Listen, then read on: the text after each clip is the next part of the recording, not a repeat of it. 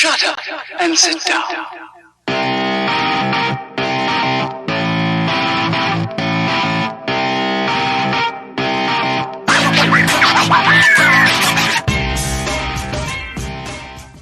Good morning, afternoon, or evening from wherever you're listening across the world. Welcome to another episode of Just Ball Things. J-Man JBT repping the merch. Thank you very much for that one. So with me today, as always, as I mentioned, is the J-Man. How are you? Nick, I've accidentally put the Music Manuel scale stuff in 3.1 under Nick's numbers. Remember Nick's numbers? Nick's numbers was fun. Nick's numbers was fun, Jackie. Did we have a theme for Nick's numbers? I think we might have. We better crunch the numbers. Yeah. Remember that one? Yeah, remember that one? With the trap thing. Yeah, that's right. It was straight fire, Jackie boy, as is all of the music that we produce here on Flames. We produce, put that in air quotes, at JBT. Mate, I've just got a gift for mixing. You know, I mix in the kitchen with my cooking and I mix in the studio. God, that sounds profoundly sad. Well, did James Harden used to do this a lot when he was in Houston? That was his celebration. Man, he's stirring the he's cooking. He's cooking. Remember if it was Curry or if it was Harden who used to always do that. Yeah, Chef Curry, Chef Harden. I mean, they're just ballers, man. They're just ballers on the court, ballers in the kitchen. Maybe, I don't know. They probably have. Oh, dude, we know that. All right, Jackie boy, my name is Nick Busing. Mate, it has been a while, and we have been in lockdown here in Melbourne, and you know what? Lockdown hasn't been treating me too bad. Look at this. Look at this disgusting Samuel Tarly neck beard going on, complete with the double chin as well. I think I've been a little bit too comfortable here in lockdown. Need to go out and go for some runs, I think. Get my summer bod in check. It's still spring, Jack. I've got some time. 3 months, mate. Shut up. All right. So, as always, you can contact us. I'm not used to this. At the J-Man JBT or at JBT Nick on Twitter. We're also closely affiliated with OTG Basketball. They've got an awesome podcast network and YouTube network where you can keep up to date with all things NBA. Make sure you give them a like and a follow. And on YouTube, make sure you subscribe. There is still plenty of content coming out. I saw that you recorded some Brooklyn Buzz earlier this week. So the Brooklyn news keeps coming out, and you'll get snippets of it here. We're like the precursor to the Brooklyn Buzz. We give you the little taste, but if you want more Brooklyn stuff, go to the Brooklyn Blues Boosh, Nick, if you will. Ooh, very nice. Facebook.com/JustBallThings. Give us a like and a follow there. And jbtpodcast@gmail.com, where we can read your emails out on the show. We can have a mailbag episode if we get more than one envelope in our bag. All right, Jackie boy, it's time for Nick's numbers, as we all know, staple here in the show. No, we're just kidding. It's the Busing Manuel scale. For those of you who are new, it's the JBT creator scale that sums up how likely things are to happen in the NBA. We scale it on alternative fact, Twitter fact, Wikipedia fact, or just a straight up fact. Jackie boy, you have frozen. And can you hear me? I can hear you, but you've got like a nice little... You're tenting your fingers. You're very much either Dalai Lama or Mr. Burns or a weird fusion of both. Oh, there we go. Am I back? There we go. We back. I'm sure the people on YouTube enjoyed that one. Jackie boy, let's get straight into this one with some Brooklyn bits. Is this Brooklyn bits? Kyrie, you like doing the music, Nick. You do a lot of work.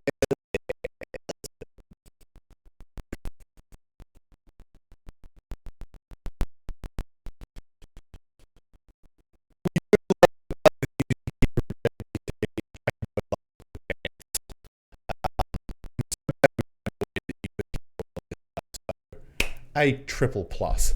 All right, Jackie boy. Via Andre Iguodala, Kyrie Irving does not get enough for his performances in the 2016 finals. That obviously very, very, very, very, very famous finals where lots of good things happened. LeBron James solidifying himself as the GOAT. IMO. Oh, right, IMO. But that's not about LeBron. We talk enough about LeBron. This was actually a massive series for myself personally, for Kyrie Irving because I didn't rate him. Didn't really rate him as a player. He was flashy, had real flash in the pay-in games, but I don't know. I think his impact on the team was so overhyped, and then that final series happened. That Game 7 happened, and changed my perspective on Kyrie Irving, just seeing what he did. I mean, we're seeing some highlights now, and it's just tremendous, and I have no doubt that you have some glowing praise for the man. I have nothing but glowing for praise for Kyrie Irving each and every day, wherever it might be. Now, Nick, if we want to go through the stats that he had through that series, and you can play them one-on-one against the MVP of that year, Stephen Curry. During the 2016 NBA Finals, Kyrie Irving, 27.1 points per game. Stephen Curry, 22.6. Field goal percentage, Kyrie Irving, 46.8. Stephen Curry, 40.3. 3-point percentage, the number one thing that Curry does ever. He's the best shooter we've ever seen. He's so goddamn good. Kyrie Irving, 40.5%. Stephen Curry, 40%. Bang, bang. Oh, my Assist, God. 0.5. Assists per game, Nick. 3.9. Curry is not a passer, but Steph ain't a passer either. 3.7 per game. He also had 2.1 steals compared to Stephen Curry's 0.9. It was just utter dominance. The Batman and Robin. It wasn't even Batman and Robin. It's like Thor and Captain America or Thor and Captain Marvel. Just absolutely gargantuan performances from Kyrie Irving and LeBron James in those finals. And he was playing like a finals MVP. If it wasn't for LeBron's historic games and, like you said, solidifying his status as one of the greats to ever step foot on the court. I think Andre Iguodala is right. I think this is pretty close to a fact. It's almost, we remembered the shot, the shot that was over Stephen Curry, and almost gets lost because LeBron's block. If that block didn't happen, I think we're talking about the shot in the same vein, Nick. Or maybe the shot doesn't happen if the block doesn't happen, right? That was straight after. It was the same play, which I love this because Andre Iguodala is saying, he doesn't get enough cadence for his performances, but then any anti-LeBron, pundit, if you want to call them pundits, will say that he never would have gotten to where he never would have won that championship without Kyrie Irving. So, there's a little bit of biases there, and people remember his Finals MVP, stint, the block. It was all about LeBron, that Finals. So you're right, and I think Iguodala is right. This is a fact for me that his influence does get. It does get mellowed out, but that's the LeBron effect. It's just who you're partnered with, and that's essentially what made him leave, right? This was just a masterclass in the Kyrie Irving mentality.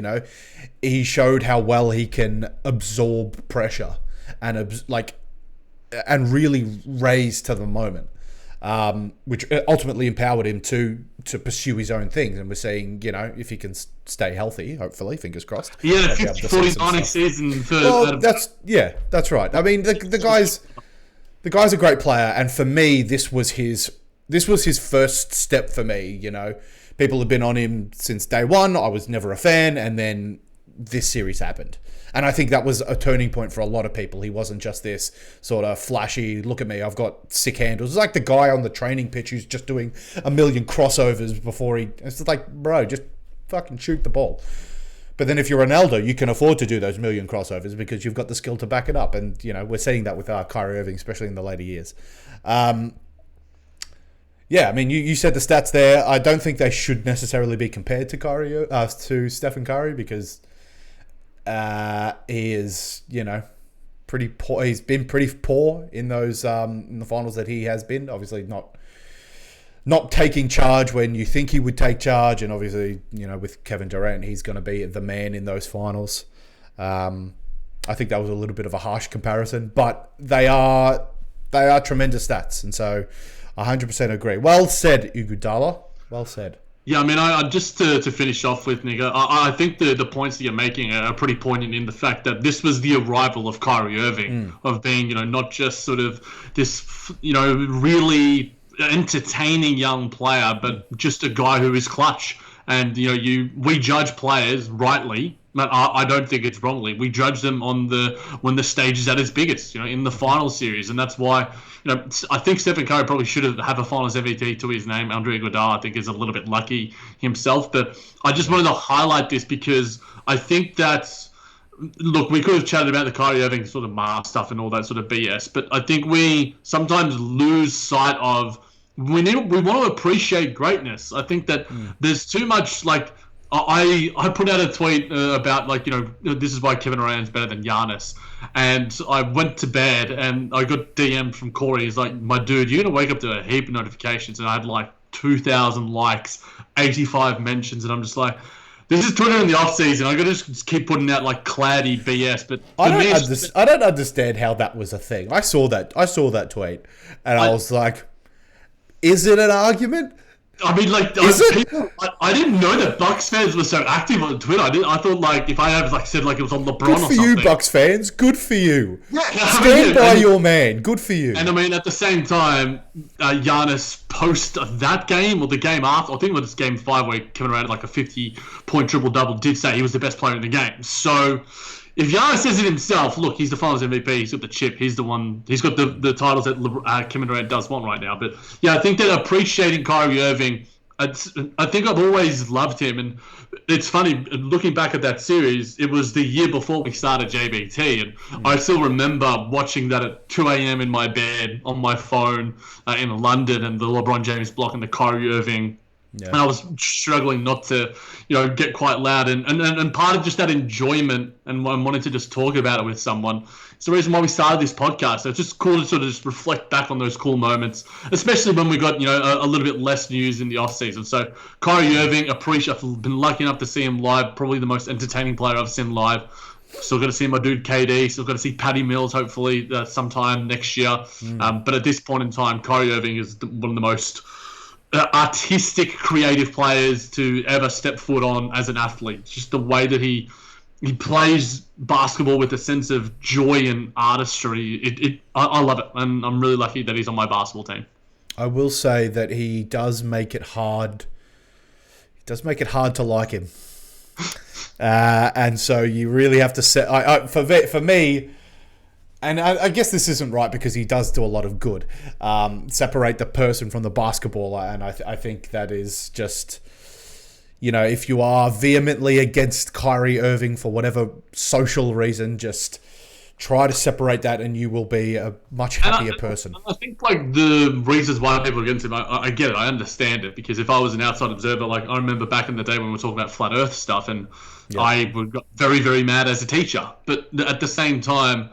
He's come out and generally, for the most part, if not every single time, has clarified his comments. And I think that he likes to sort of stir things up. He's a different sort of cat. And, sometimes we need some of those people on this earth because the world would be a little bit more boring without people like him on here. He's not doing anything harmful or dangerous. He's not a bad person by any stretch of the imagination. He's not saying things that are dangerous and harmful. He's not an anti-vaxxer. He's not a racist person. He's not in fact, if anything, he is pro all of the great things with all of his philanthropy and charity work, and the identity that he's forming with his tribal cultures out there as a Native American, and connected with his mother, his deceased mother. It's wonderful to see, but we don't really see that sort of stuff. I mean, Nick and I generally highlight it pretty consistently on the Buzz, but it's worth sort of just going, okay, I can see it because I chat to you. I have a lot of non-Nets friends, and I go, okay, I get Kyrie Irving, but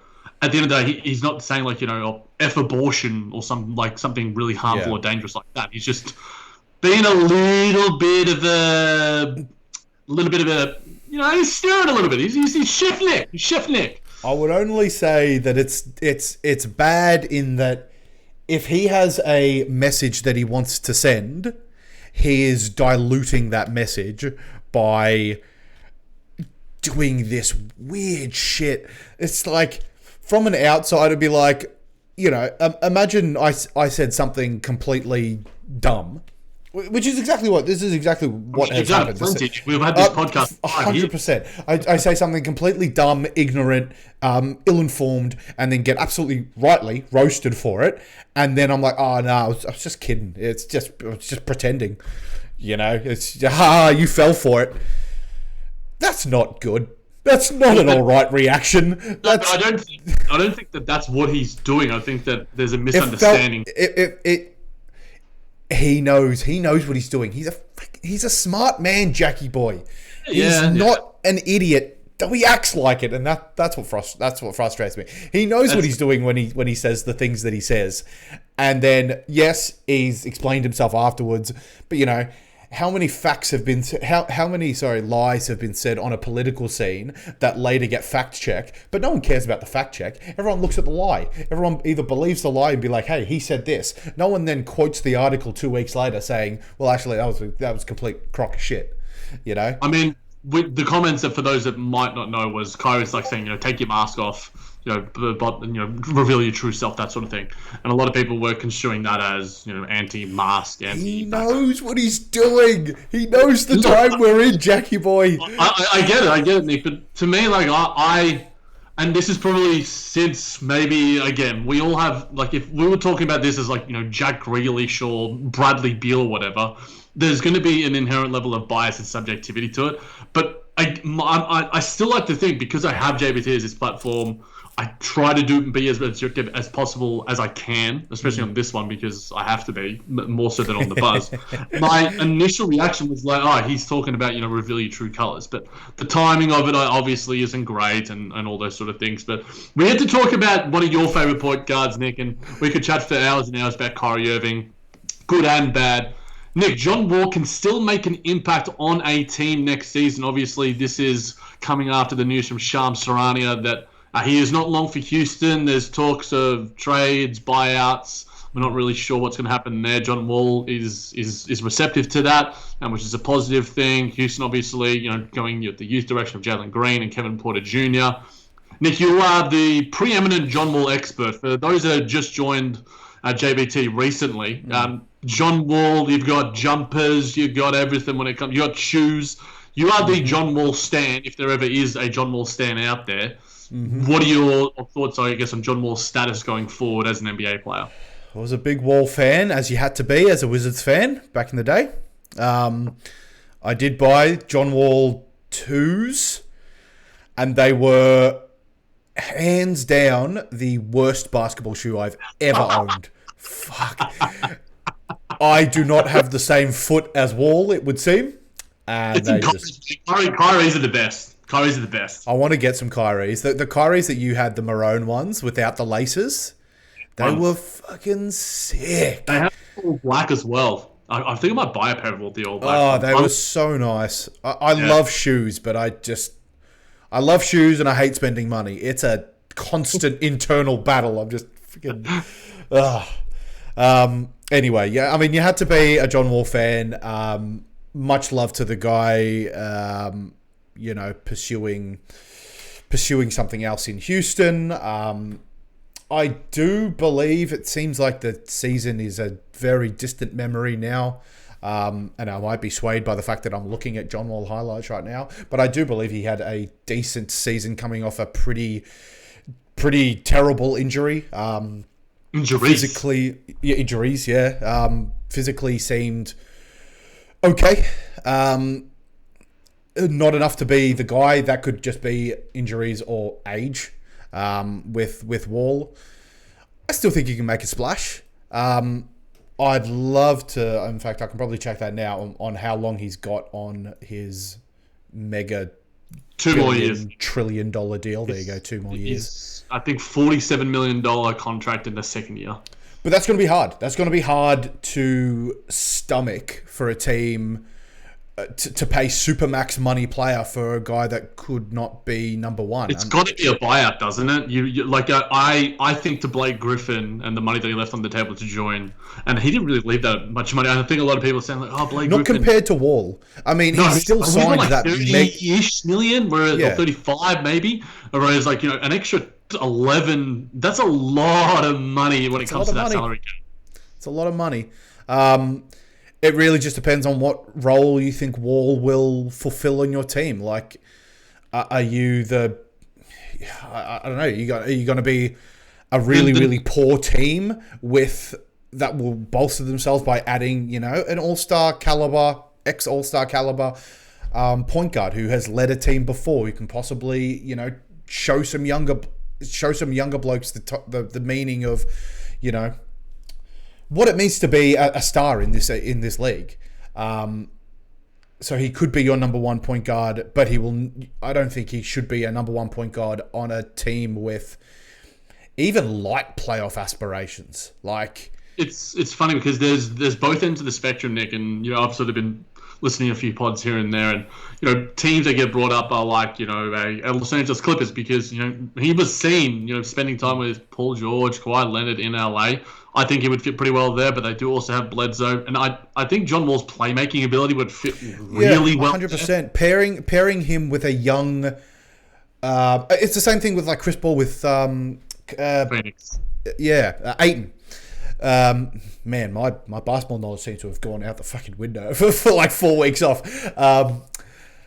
Pairing him with a young big man can really show off. I mean, Marcin Gortat has everything to thank and to and hate. Like, he should have this massive love-hate relationship with Wall because it ended his career, but also 100% put him on the map. Wall has this ability. We saw it with Wood this year, right? It's phenomenal what he's actually able to do. Either you're very still, Jack, or you're frozen. No, you're just very still. That's creepy, man. Just pair and I don't know if you've got any teams off the top of your head with some. In terms of young teams, obviously, I think Clippers is a great fit. That would be in terms of where I see him thriving. I think the Clippers have generally lacked a lot of playmaking, and I don't think Eric Bledsoe is really going to give you that. Reggie Jackson is more of a shot maker. More of playoff Reggie Jackson, boy.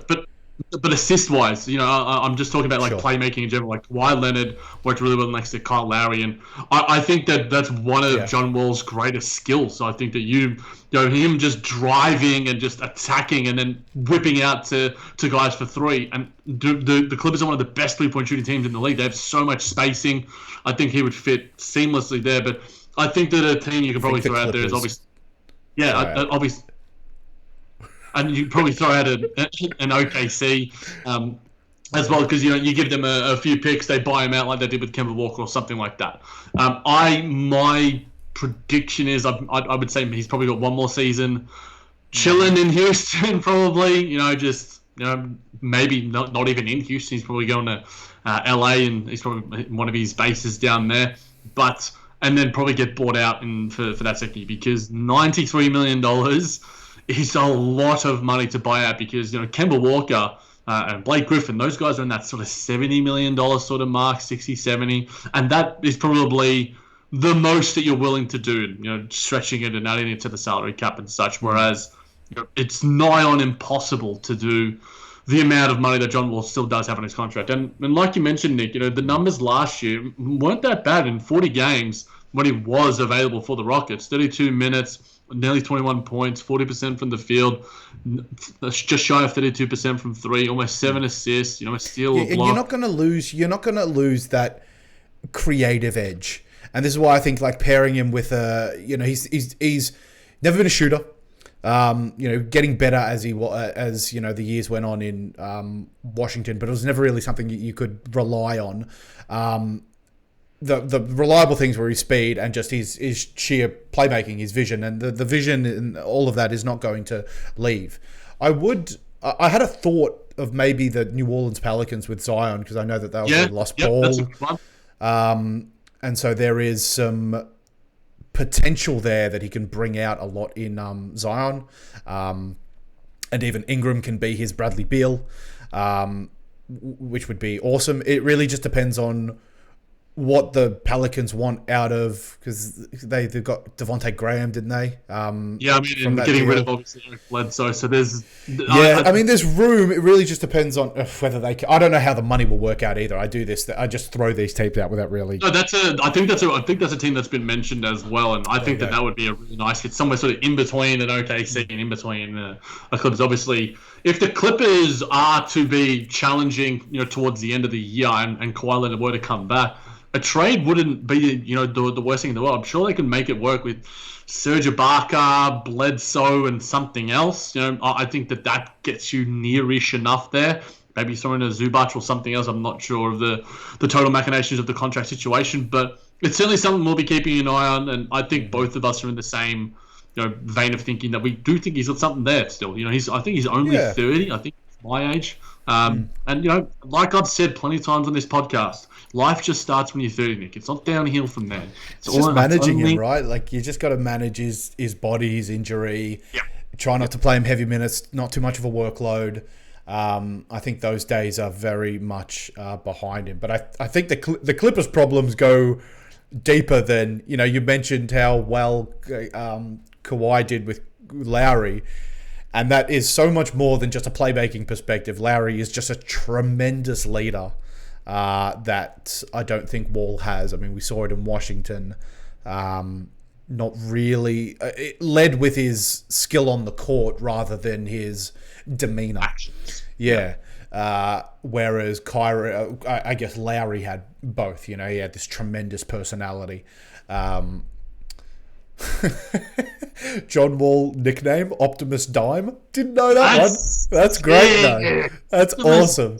Fucking Basketball Reference, you've done it again. So good. So good. They're gonna add Voldemort to Ben Simmons. Hopefully they listen to the buzz, because that was the one that we coined a month or bit ago, and I think I talked about it on the buzz. Making sure that it's known out there. If people are referring to Ben Simmons and they don't want to refer to him by his name, call him Lord Voldemort or He Who Shall Not Be Named. He Who Shall Not. But no Ben Simmons talk on this pod, Nick. We're actually going to get to a fun DBS later, so you tell me how many more topics you think we should do, but we'll get one more in at the very least, and we'll go to the Bulls. We'll go to Bulls land, because, Nick, they had a massive offseason, maybe one of the best, if not at least the splashiest. So, Nick, I put to you that Chicago are guaranteed to make next year's playoffs. Are they guaranteed, Nick? I don't know, man. I don't know. The Bulls have just... They've made some good appointments. That's for sure. In DeMar and Ball, as I mentioned before, Caruso will do really well in a big market. He just seems like the big market type, But the Bulls have, they were supposed to be in the playoffs this year. Supposed to be. There's 11th. That's what I mean, Jack. There's this air of the Washington Wizards about them, where they just disappoint and fail to meet expectations. But they looked better. They looked better last season, despite the fact that they did finish 11th. I think they had a bad latter half of the season. A little bit of COVID stuff with Zach LaVine. Yeah. Obviously they pick up Nikola Vucevic, which was I'm not. Look, the picks that they gave up for it, we'll have to wait and sort of see for it. But Nick, I guess I'll throw some teams at you that are, I guess, we're on the fringes of the playoff contention, and you can tell me if it's just like yes or no that the Bulls are better than them. I'll go from basically 4 downwards. The Knicks. No. I think they could be better than the Knicks. I'm not 100% set in stone on it, but I think they could be. I don't think they're better than the Hawks. I think you probably agree with me there. Yeah. Same with the Heat. Yeah, depends on is Oladipo staying with the still Heat? there at a bit minimum. Yeah. Obviously, they had PJ Tucker. You get Kyle Lowry. I think that quite easily. Oh yeah, that's Boston right, Celtics. Yep. I think they're better than the Celtics. Yeah, I think the Celtics are way better. Oh, the Celtics are better. Yes, yeah, okay. Yep. Okay. Your Wizards, Nick. I think they're in the same sort of realm. I don't know. We've overhauled our team. I don't know how we're going to do. So the Bulls, though, Nick. So that's the thing. Kuzma, but that's what I mean. If we're tossing up between the Wizards and the Bulls, that's not a good place to be in if you're a Bulls fan. Yeah, and look, it doesn't even mention the Indiana Pacers, who I think will take a jump up this season because they have a coach that I think the players will like and not hate actually tuning up to work every day. I think health will help them. I think that they've got Rick Carlisle is one of the best X's and O's coaches in the league and one of the best regular season coaches, and I think gets underrated for his postseason X's and O's as well.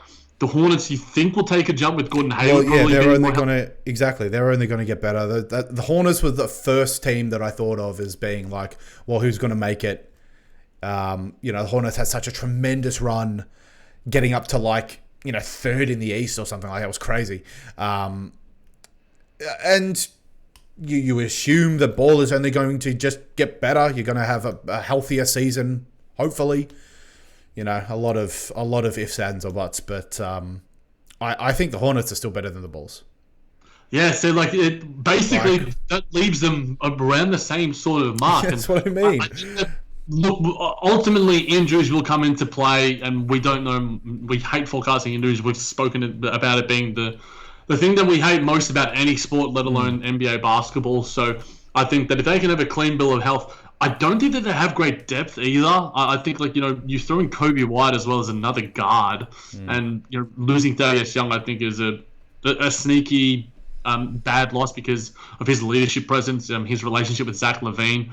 We have heard that Zach wants to stay in Chicago long term with the most recent rumors and news that's been rumbling out, but we've also heard him say that he wants his damn respect and he wants to get paid for it. So who knows what happens in Chicago, but I think that they're probably one of the most fascinating teams. I think that the pressure is on them a little bit now. They could finish their floor and ceiling is as wide array as any other team in the league. I think they could maybe finish fourth. Maybe again with the. It's possible, given how close 4, 5, 6 was so clustered last year with the Knicks, Heat, and Hornets all sort of jostling for position. It was Knicks, Heat, and Hawks. Yeah. Is that not what I said? Anyway, doesn't matter. Yeah. Okay. Oh yeah, sorry, not Hornets. Hornets fell off. They got Kelly Oubre now. Yeah, I love Kelly Oubre. Hornets fell off a cliff. I remember when they were fourth in the East, and then obviously the rest of the season happened. They had injuries and whatnot. I don't think the Wizards are long for the playoffs, so I would probably just take them out. And we'll get to season preview stuff actually pretty soon. It's only about a month away till the NBA season starts.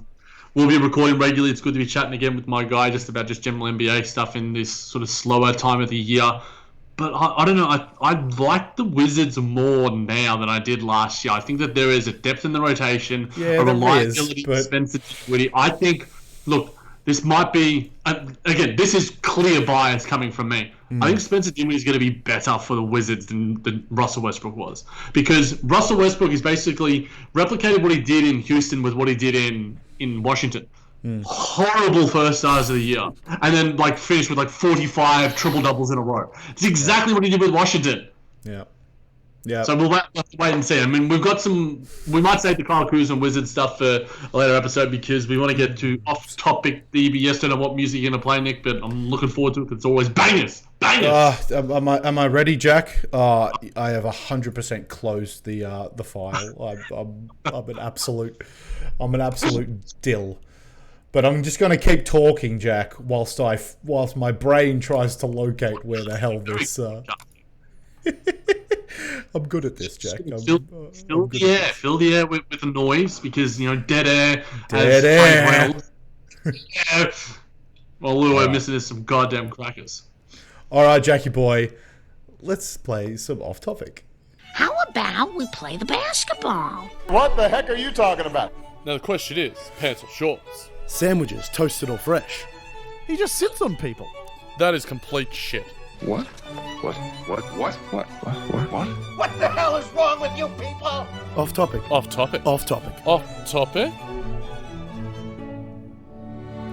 I had a lot of fun making that theme, Jackie boy. There was all of those watts. There was a 15-minute long video of John Hamm just saying what from Mad Men. I'm just the internet is awesome. That gave me a lot of content.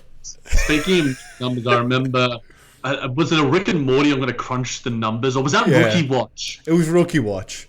You know what? I've got the music up here now. Let's just forget. Let's listen to some bangers. Down, young fella.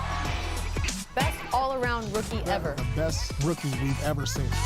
Lesson 1, rookie. Expect the unexpected. It's so good. What's so good about that is that it just wasn't.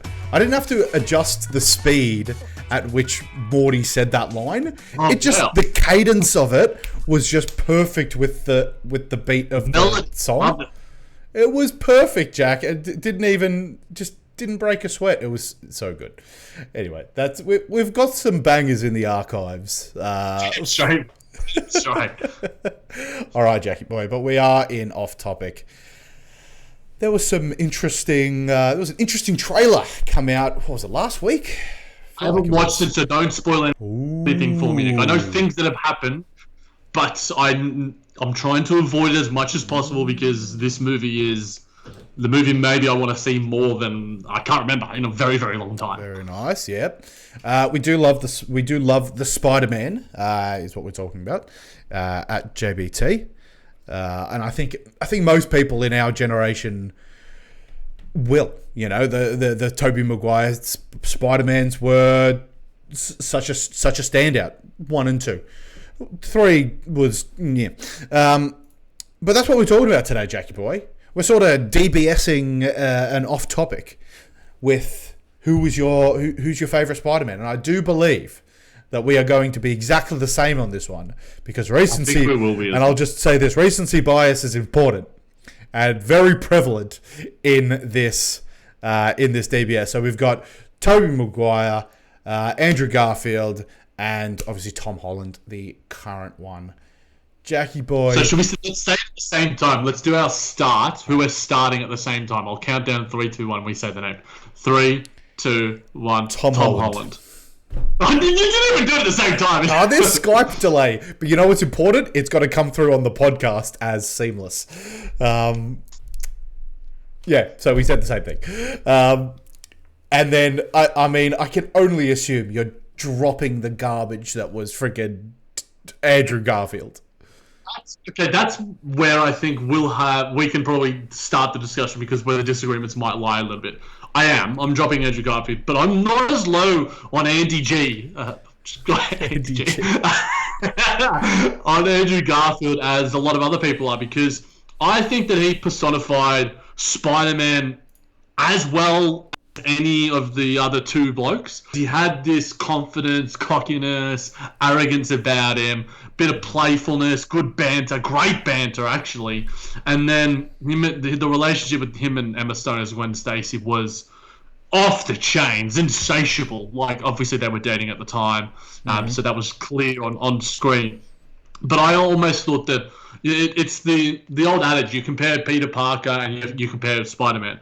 He was way too cool to be Peter Parker. Like it was not believable that this guy could be like, you know, a nerd and you know a social outcast in a lot of respects. And you know, obviously the timing and the worlds of the different Spider-Man universes of, you know, are they out of high school? Are they, you know, still in high school? Is something to consider as well. But are they 40 years old pretending to be a university student? Like it's a mess, mate. I think we've lost you again. Either it's my internet connection or it's yours. Let's. Jackie boy, you have gone. Are we back? We are back, but you are like a pixel now. You're like so small on the screen. Anyway, it doesn't matter. Yeah, that's it. Zoom in, mate. That's what we need. As soon as and it snapped back. Yeah, so I mean, the timeline stuff is a mess. I don't think there is and I'm not as familiar with the canon as, you know, other people, but I don't think there was a universe where Spider-Man was Spider-Man when he was like, you know, 25 or like at university. Like he didn't become his. I don't know. It was just that was sort of the issue with the first 2 Spider-Mans. That's why I think Tom Holland is so much more believable, given that he was so young when he started, and we're seeing him just seeing him grow up before our very eyes, Jackie boy, brings a tear to your eye. Loved. And that's why he's the number one. So That's why I think he's the number one. They're the not the best movie. I think they're the they're Marvel movies, which is nothing wrong with that. They're great story, great bands. You got the quality, Marvel humor in there, which is very much the sarcastic Spider-Man edge. I think he plays both roles perfectly, the Spider-Man role and the Peter Parker role. Jake Gyllenhaal was in the second one. Hello. That's tremendous. Mark Keaton, my dude, come on. Oh yeah, that's true. He was, that's very true. Like the cast that they bring in for the Marvel movies is just spectacular. So, but the reason I deviate is that I just didn't like those the Garfield movies. Didn't like how they did the Lizard, or the whatever the fuck they did. I think it is the that's what the thing's called. And then Jamie Foxx as Electro was that was a weird movie, man. That was just, I still to this day don't know how to feel about it.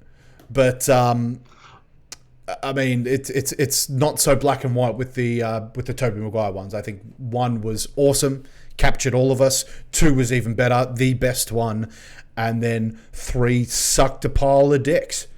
Oh god, it's just a meme. It's just oh, it's so good. It was like, and his hair was awful. Like, why are you acting like you're a cool dude? Topher Grace is just an absolute nightmare of a man. Just give up, buddy. It was just weird. It was weird that Gwen Stacy was in the movie, but as a photographer who was with Topher Grace, and it was like, okay. I mean, there was a lot of uncanonical things in that. I mean, the fact that he didn't have web shooters, that it just came from his wrist. I thought that was the norm. That's how much that Spider-Man warped my senses of that entire series. I thought, as soon as I saw the Garfield one, I'm just like, the web doesn't come from his wrists. That's weird. Realized that was the normal. So there was a lot of weird stuff in Tobey Maguire one, but Doc Ock as a villain was tremendous. Freaking Willem Dafoe as Willem Dafoe, and the world saying Franco for the masterful actor that he is. There was a lot to like of those first ones, which is why Tobey Maguire is number 2 for me. Like, you could believe that he was a nerd. Yeah, no, I don't need to add anything else. I think you've covered it pretty goddamn well. But I'm going to throw some love out there as well to a guy that we couldn't do it because it's DBS and there's only 3 spots. To Shamik Moore as Miles Morales and Spider-Man: The Spider-Verse. Actually, probably is my favorite Spider-Man movie. Like, that movie is incredible. And maybe, look, do we have to throw in Jake Johnson in as well? Maybe, and do we have to throw in Chris Pine in as well because he was in it for like 2 minutes? Maybe we have to just do like a DBS of just the Spider-Verse Spider-Man. John Mulaney. I love that. John Mulaney is the best Spider-Man. The Spider-Pig. Spider-Pig. No, was it Spider-Ham? Yeah. Spider-Ham. Spider-Ham, and then Spider-Noir, Nicolas Cage. Incredible film. It was a great movie. I love that movie. Yeah. I think that's the best movie. And then at the end, you had the Oscar Isaac, recreating the goddamn pointing hand meme. Yes.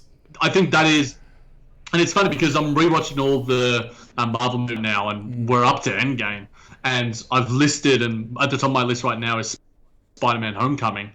But if I were to incorporate other Spider-Man movies, Spider-Man: Spider-Verse is not just one of my favorite superhero movies. It is one of my favorite movies ever. Like, I love the music. The animation is groundbreakingly top notch. That is easily the best part of that movie. Yep. The switch from, what was it, like 13 frames as opposed to the it's like they dropped the frame rate on his actual movements, whereas the world around him is completely fine, and it gives it that blocky, comic book feel, and the comic book art was so good. Amazing. It was that was amazing. Like you said, you touched on the music. The music was so good. Just spectacular visuals, and it was a good story to boot. Like the multiverse theory. Yeah, and we got a new Spider-Man meme out of it as well, with Jake Johnson doing this and Miles Morales doing this. Yeah. It's so goddamn good. I love that movie, and I can't remember who voiced big dude. He's literally a square. Oh yeah, I can't even remember the name of that villain. He's he's a famous Spider-Man villain. Yeah, he's a Daredevil as well. Yeah, that movie is incredible. Love it so goddamn much. And then you got Haley Steinfeld in there. Kingpin, yeah, Kingpin. And then you throw Spider-Gwen in there as well. Mm-hmm. I can't wait to see how they incorporate that into that little mini going on. No Way Home obviously is. I've avoided as much as I could, but I know certain things, and then I see Tom Hardy on Instagram with a goddamn No Way Home hat. I'm just like, oh yeah, that was. Yeah, I saw that. I was just like, oh, is this going to be like an Easter egg?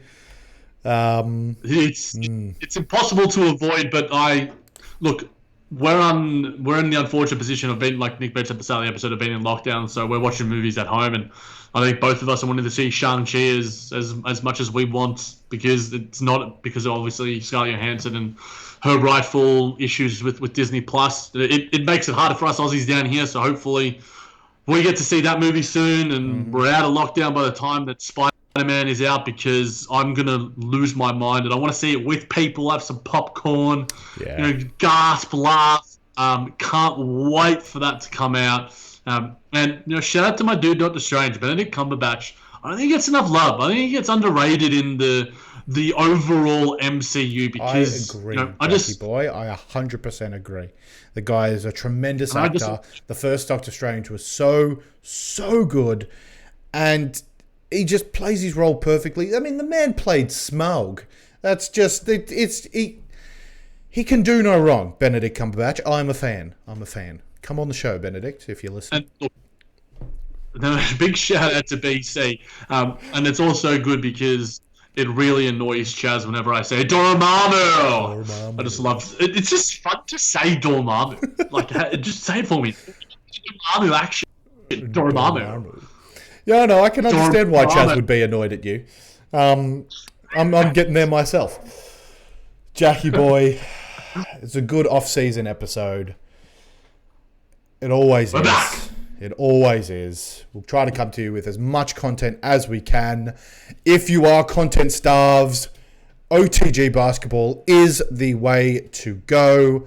Subscribe to them on YouTube. They're dropping some stuff. You want to hear Jackie Boy's beautiful voice again. He is on the Brooklyn Buzz much more often than he is on the JBT podcast.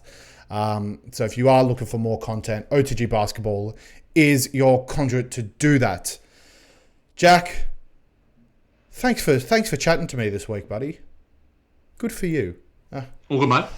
And that just about does it for another week. Thank you for tuning in. Thank you for tuning in. If you've made it this far, congratulations. You're one of two. So I'd just like to thank you for tuning in to Just Ball Things. As always, you can catch us on Apple Podcasts, Google Podcasts, Pocket Casts, Player FM, Spreaker, Spotify, wherever it is you listen to your podcast, we will be there. If you're listening to us on Apple, do us a solid 5 stars rating and review. Aggressive. Helps us out a bunch in terms of people finding the show. If you're catching us on YouTube, make sure you hit that like button. Make sure you hit that subscribe button so you can subscribe to OTG Network and hit that notification bell as well. So we'd just like to say thank you, and remember, it's you guys that makes this show great. So we appreciate any and every post heading our way. So until next week. Keep balling, superstars.